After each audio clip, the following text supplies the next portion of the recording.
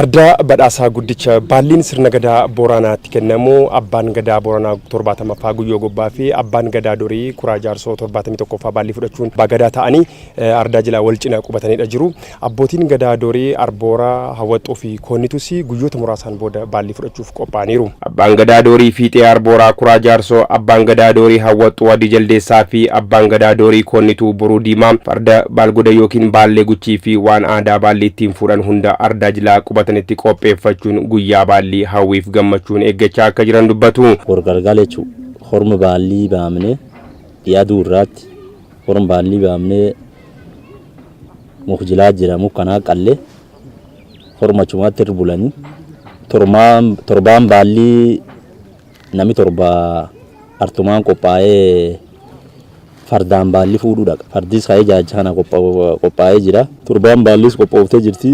Akkanaani oma wanni fitte qaban jirtu qophoomnee jirra. Galata waaqaa waaqni nuun ga'eettiin baallii ofuune gan 8 callaa fi gooroo gadoomaa geggeessin.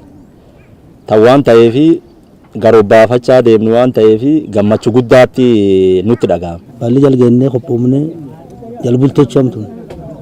Baallam jalbul iftaan galgalee horma baasanii albulanii barraaq baallii fuudhan. Baallii fuudhuuf illee gammadee jira. Warra baallii nu kennullee nagaan gooroo fixatee nagaan jiltan cufee dabree nagaan qixxee akka inni nu kennu itti gammadee galata galchaafi. Baallii san fuudhuuf gammadaa jira jirgugurdoo.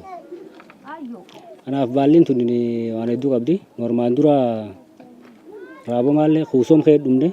Raaboom ka'ee dhumne dooroo maatan baallii fuudhu gammachuu guddoo jira. Waaqni baallii tan harkaan dhugan baallii tan fuune dhugan 8 kan 8 kan keessatti waan guddoo jira gadaamam jechoo baallii fuun gadoome keen. Waggoota 8 baallii fudhatanii bulchan keessatti abbootiin gadaa Fiixee Arbooraa Hawwaxxoo fi Koonnitus badhaadhina aadaa akkasumas guddina uummataatiif gahee isaanii kan ba'an ta'uu dubbatu. Finna biyyattii irraalleetti akka uummati kun nagaan bulu.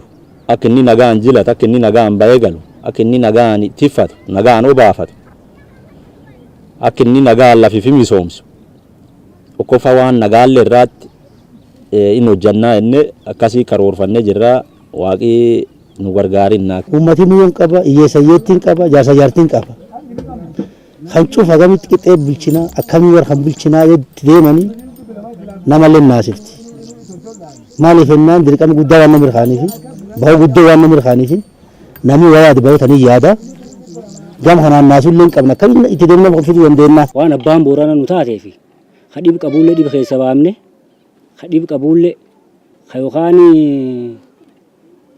ifin dandeenyellee mari'annee abbaa Booranaa waan taaneef dandeessimne karaa keenyan akka bootii gadaa wal mari'anne akka Booranni nu bira rakkan akka rakkoolee rakkateellee nuuni rakkoo ba'u bal'inaa abbaama. Milkii jalqabbii bara gadoomaa keenyatti ijaarsa yuunivarsiitii Booranaaf dhakaan buraa kaametti gammanneerra. Waggoota 8 baallii fudhatanii uummata dura bu'anittis daa'imman barnootaaf umriin isaanii ga'e akka baratanii fi hawaasni godinichaa beekumsaan akka ga'amuuf ga'ee isaanii kan ba'an ta'u abbaan gadaa Fiixee Arbooraa Kuraa Jaarsoo, abbaan gadaa Dorii Hawwaxxoo Adii Jaldeessaa fi abbaan gadaa Dorii Koonnituu Boruu Diimaa kan hubachiisanii. Namni boru aadaa tana gaggeessu, namni boru aadaa tana Booranaa tolchu hundinuu Bumi gadaa guyyoo gobbaa baratuuti laayidha. Nami aadaa tan gaggeessuullee barachuu qabaa la walii galan.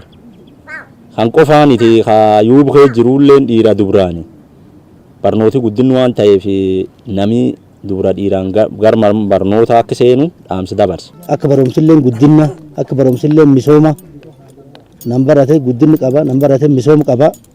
Itti hirmaatee ilmee ofiillee itti barsiise waan kallee waan ofii seetiin akka waan ofii jabeeffateetiin ittiin deemu dhaamsa qaba. Kamuuf diqqaa guddaa dubraaf dhiira akka inni baratu dubraaf dhiiraallee wal qixxee akka inni baratu kallee galata waaqayyaatitti qabna barannoota diqqaa guddaan kadhala yoo 5 dhalaniillee 5 akkasiin baratu. Kanallee guddoo waan kan yaacimatti qaba. Maanaa uummataa fi kaayyoo galmaan ga'uuf karoorfatan kana milkeessuufis hawaasni godinichaa akka tumsu dhaamaniiru. abbaan gadaa booranaa 70ffaa guyyoo gobbaa ardaa jilaa badhaasaatti abbaa gadaa doorii fiixee arbooraa kuraa jaarsoo kuraatti abbaan gadaa hawwaxuu rooba jaarsoo ardaa jilaa bulee haarsoo gudootti abbaa gadaa doorii hawwaxuu adii jaldeessaatti abbaan gadaa koonnituu murqoo jiloo ardaa jilaa alloonaatti abbaa gadaa doorii koonnituu boruu diimaatti baallii sirna gadaa guyyoota muraasaan booda walitti kennu. Gabaasa dhaabbata raadiyoo fi televezyiinii Oromiyaatiif qindaa'e Taarraqany Koorsaa godina Booranaa ardaa jilaa Areeroo.